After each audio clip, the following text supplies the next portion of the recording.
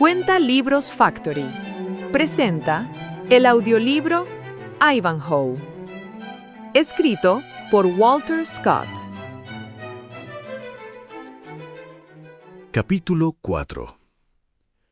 El prior había aprovechado aquella ocasión en que tenía necesidad de mudarse de ropa para ponerse cierta túnica de un tejido finísimo y costoso y encima de ella un manto magníficamente bordado. Llevaba una rica sortija, símbolo de su dignidad, y un crecido número de anillos de oro y preciosas piedras cubrían además sus dedos. Las sandalias eran de finísimo cuero de España. Estaba su barba dispuesta en trenzas menudas del tamaño que la orden del coster permitía, y llevaba la tonsura cubierta con una gorra o capucha de grana bordada. El caballero del temple había dejado el traje de camino para ponerse otro más rico y elegante. En vez del camisote de malla, vestía una túnica de color de púrpura guarnecida de ricas pieles, y encima de aquella, el albo manto de su orden con la cruz de 8 puntas y de terciopelo negro. Llevaba la cabeza desnuda y poblada de espesos rizos como el azabache. Su persona y sus maneras eran majestuosos, si bien los afeaba algún tanto su habitual orgullo, nacido del ejercicio de una autoridad ilimitada. Los dos personajes iban seguidos de sus respectivas comitivas, y a mayor distancia iba el desconocido que les había seguido de guía. En su aspecto nada se notaba de particular, sino el regular atavío de un peregrino. Vestía un ropón negro de sarja muy tosca, una esclavina y sandalias atadas con cuerdas, un sombrero con varias conchas colocadas en sus grandes alas, largo bordón con regatón de hierro y un pedazo de palma en la parte superior. Entró en el salón en ademán modesto detrás de los últimos criados y, observando que apenas había puesto libre en la mesa inferior, eligió otro en una de las chimeneas, a cuyo calor benéfico se puso a secar sus ropas, aguardando que el caritativo mayordomo le enviase algún alimento a aquel sitio que por humildad había tomado. Se levantó Cedric con afable semblante y descendió 3 pasos más allá de la plataforma, deteniéndose allí para aguardar a que los huéspedes llegasen. «Siento mucho, reverendo prior, que mis votos me impidan llegar hasta la puerta de la mansión de mis padres para recibir a tan dignos y respetables huéspedes como vos y ese valiente caballero del temple. Mi mayordomo os habrá hecho presente la causa de esa aparente descortesía. Os ruego también que me perdonéis si hablo en mi lengua natal y si os pido que en ella ni me contestéis si no os es desconocida. En este último caso, yo entiendo el normando y podré, me parece, responderos a lo que me preguntéis». «Los votos», contestó el prior, «deben cumplirse escrupulosamente, y en punto al idioma de que hemos de servirnos, usaré el mismo que mi respetable abuela Hilda de Middleham». Cuando el prior concluyó estas conciliadoras palabras, dijo el templario con enfático tono: «Yo hablo siempre el francés, que es el idioma que usa el rey Ricardo y su nobleza, pero conozco el inglés lo suficiente para poder entender y responder a los naturales del país». Cedric arrojó sobre él una mirada de fuego y de cólera, excitada por la odiosa comparación de las dos naciones rivales. Más como recordara los deberes de la hospitalidad, contuvo su resentimiento y señaló a sus huéspedes los puestos que debían ocupar, que eran inferiores, pero inmediatos al suyo. Enseguida mandó a los criados que sirviesen la cena. En tanto que los criados se ocupaban de obedecer a su dueño con prontitud, divisó a lo lejos a Gurt con su compañero Wamba, que acababan de asomar a la puerta del salón. «Envíenme aquí a esos malandrines», gritó el sajón. «¿Cómo es esto, villanos? ¿Qué habéis hecho fuera de casa hasta tan tarde? Y tú, bellato, ¿qué has hecho de la piara? ¿La has dejado en manos de los bandidos?» «Salvo su mejor parecer, la piara está segura y entera». «Mi mejor parecer hubiera sido que no me tuvieses aquí 3 horas pensando venganza de unos vecinos que en nada me han ofendido. Yo te aseguro que el cepo y los grillos castigarán la primera de estas que vuelvas a hacerme». Gorth, que conocía el fuerte carácter de su amo, no quiso disculpar su falta. Mas Wamba, que gracias a su destino de bufón contaba con la indulgencia de su amo, tomó la palabra por sí y a nombre de su compañero. «Por cierto, tío Cedric, que no dais muestras de ser sabio y razonable por esta noche». «Silencio, Wamba. Si continúas tomándote esas libertades, yo te enviaré alojado al cuarto del portero, donde recibirás una buena zurra. Dígame tu sabiduría si es justo que los unos paguen las culpas de otros». «No, ciertamente». «Pues si no es justo, tampoco lo es que el pobre Gurth sufra la pena cuando el delito es de su perro Fangs. Y por cierto que no hemos perdido ni un instante de tiempo en el camino después que la piara estuvo reunida, y Fangs no había acabado esta operación cuando sonó el último toque de completas. Si es la falta de Fangs, mátale, Gurth, y provéete de otro perro mejor». «Con vuestro permiso, tío nuestro, también eso será injusto», añadió el bufón. «Fangs es inocente, puesto que está cojo e inútil para correr tras el ganado. Quien tiene la culpa de todo es quien le arrancó las uñas delanteras. Y a fe que hubieran consultado al mismo Fangs acerca de tan caritativa operación, creo que hubiera votado en contra». «¿Estropear a un perro de mi esclavo?», exclamó furioso Cedric. «¿Quién ha osado hacerme semejante ultraje?». «¿Quién puede ser sino el viejo Huberto, guardabosques de Sir Felipe de Malvosín? Halló al perro en el coto de su amo y le castigó por tamaño desacato. Lleve al diablo a Malvosín y a su guardabosques. Yo les haré ver que la vigente ordenanza de Montes no habla con su coto. Basta por ahora. Anda a tu puesto. Y tú, Gurth, toma otro perro para la piara, y si el guarda se atreve a tocarle el pelo, nos veremos las caras. 1000 maldiciones caigan sobre mí si no le corto el dedo pulgar de la diestra e impido que vuelva a lanzar una flecha. Dispensadme, mis dignos huéspedes. Aquí nos vemos rodeados de infieles, peores tal vez que los que habéis visto en la Tierra Santa, señor caballero. La cena nos espera. Servíos y supla la buena voluntad a la pobreza del banquete». Sin embargo, la cena tal cual era no necesitaba excusa. Los platos que cubrían la mesa contenían jamón aderezado de varios modos: gallinas, venado, cabra, liebre, distintos pescados, pan, tortas de harina y dulces, compotas, pasteles de caza y otros diversos postres hechos, como compotas de frutas y miel. Además de los platos que hemos indicado, andaban a la redonda unos grandes asadores en los cuales iban enroscadas infinitas clases de pájaros delicados, de los cuales cada uno tomaba a su gusto. Delante de cada persona de distinción había un gran vaso de plata. Los de clase inferior bebían en copas de basta. Empezaban a cenar cuando el mayordomo, levantando la blanca vara y alzando la voz, dijo: «Plaza a Lady Rowena».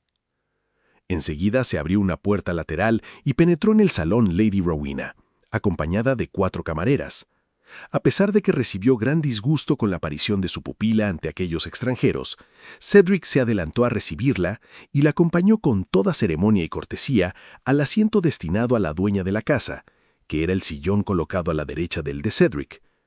Todos se pusieron en pie, y ella respondió con una graciosa reverencia al universal saludo, pero aún no había llegado a ocupar el sillón cuando el templario dijo al prior: «No llevaré yo vuestra cadena de oro en el torneo. Es vuestro el vino de Sio». «¿No se lo decía yo? Mas modérate que el Franklin nos observa». Acostumbrado Bois Guilbert a dar libre curso a los impulsos de su voluntad, se hizo sordo a la advertencia de Aymer, y continuó con los ojos fijos en la noble sajona, cuya hermosura le parecía más sublime porque en nada se asemejaba a la de las sultanas de Levante. Era Rowena de elevada estatura, aunque no excesiva, de proporciones exquisitas y conformes a las que generalmente gustan más en las personas de su sexo. Tenía el cabello bluvio, pero el majestuoso perfil de la cabeza y facciones corregía la insipidez de la que adolecen la mayor parte de las que son bluvias. El azul claro de sus ojos y las graciosas pestañas de color más subido que el cabello realzaban su hermosura y daban una interesante expresión a las miradas con las cuales inflamaba y dulcificaba los corazones, mandaba con imperio o suplicaba con ternura. La amabilidad estaba pintada en su noble semblante, si bien el ejercicio habitual de la superioridad y la costumbre de recibir homenajes le habían hecho adquirir un aire de elevación y dignidad que armonizaba perfectamente con el que había recibido de la naturaleza. Esta tenía tanta parte en los profusos rizos que adornaban su cabeza como el arte de la hábil camarera, que los había entrelazado con piedras preciosas. El resto del cabello iba suelto, tanto para demostrar el alto nacimiento como la libre condición de la doncella. Pendía de su cuello una hermosa cadena de oro con un pequeño relicario del mismo metal y llevaba los brazos desnudos adornados con ricos brazaletes. Vestía unas enaguas y vaquero verde marino, y encima un ancho y larguísimo traje. Las mangas de este eran muy cortas, y todo él de exquisito tejido de lona. Llevaba pendiente de la cintura un velo de seda y oro, que podía servirle de mantilla a la española si quería cubrirse el rostro y el pecho, o, en el caso contrario, adornar el traje con airosos pabellones alrededor de su talle. Cuando observó Lady Rowena la fija atención con que la miraba el caballero del temple, no agradándole una libertad que pasaba de la raya, se cubrió con el velo, dando a entender con su ademán majestuoso cuánto la ofendía la poco atenta manera de aquel extranjero. Cedric, que notó lo que pasaba, le dijo: «Señor templario, las mejillas de nuestras nobles sajonas están tan poco acostumbradas al sol que no pueden tolerar a gusto las miradas de un cruzado. Os pido perdón si en algo he faltado, es decir, pido perdón a esta dama, porque mi humildad no puede extenderse más allá. Lady Rowena, dijo Aymer, nos castiga a todos cuando solo mi amigo es el culpable. Yo espero que no sea tan rigurosa cuando honre con su presencia el torneo de Ashby de la Souche». «Aún no se sabe si iremos», contestó Cedric, «porque, a decir verdad, no me gustan esas vanidades ignoradas en tiempo de mis padres, cuando Inglaterra era libre. Tal vez», añadió el prior, «se decidirán aprovechando la ocasión de ir acompañado. No estando las calles seguras, es muy digna de aprecio la escolta de un caballero como Sir Brian de Bois-Guilbert». «Señor prior», dijo el sajón, «siempre que he viajado por esta tierra he ido sin más escolta que mis criados, y sin otro auxilio que mi espada. Si acaso me determinara a asistir al torneo de Ashby de la Souche, iré en compañía de mi vecino y compatriota Athelstane de Königsberg, y no haya miedo que nos asalten bandidos ni varones enemigos. Bebo a su salud, padre prior, y os doy gracias por vuestra cortesía. Haced la razón, que espero no os desagrade este licor. Y yo», dijo el caballero del temple llenando su vaso, «bebo a la salud de Lady Rowena, porque desde que tal nombre es conocido en Inglaterra, ninguna señora lo ha llevado que merezca dignamente este tributo. Bajo mi palabra, aseguro que perdono al desgraciado que perdió su honor y su reino por la antigua Rowena si tenía solamente la mitad de atractivos que reúne la moderna». «Os dispenso de tanta galantería, señor caballero», dijo Lady Rowena con gravedad y sin levantar el velo. «O por mejor decir, deseo que deis una prueba de vuestra complacencia refiriéndonos las últimas noticias de Palestina. Este asunto es mucho más interesante para los oídos ingleses que los cumplimientos que os hace prodigar vuestra urbanidad francesa». «Poca cosa puedo decirlos», continuó Bois-Guilbert, «porque no hay de importante sino la confirmación de las treguas con Saladino». Al llegar a este punto, el templario fue interrumpido por Wamba, que estaba sentado en su sillón poco más atrás que su amo. Este le alargaba las viandas de su propio plato, favor que compartía el bufón con los perros favoritos. Tenía Wamba una mesita delante, y él se sentaba en su sillón, cuyo respaldo había dos grandes orejas de asno. Apoyaba los talones en uno de los travesaños de la silla y comía resonando las humidas mandíbulas semejantes a dos cascapiñones. Entrecerraba los ojos y mostraba poner la mayor atención a cuanto se hablaba, para aprovechar la primera coyuntura que se le presentase de ejercer su desatinado ministerio. «Esas treguas con los infieles», dijo, sin hacer caso de la brusca manera con que interrumpía al caballero, «me hacen más viejo de lo que yo creía ser. ¿Qué quieres decir, loco?, preguntó Cedric, pero de manera que indicaba que no llevaría a mal cualquier bufonada. Ya he conocido 3, y cada una de ellas era de 50 años.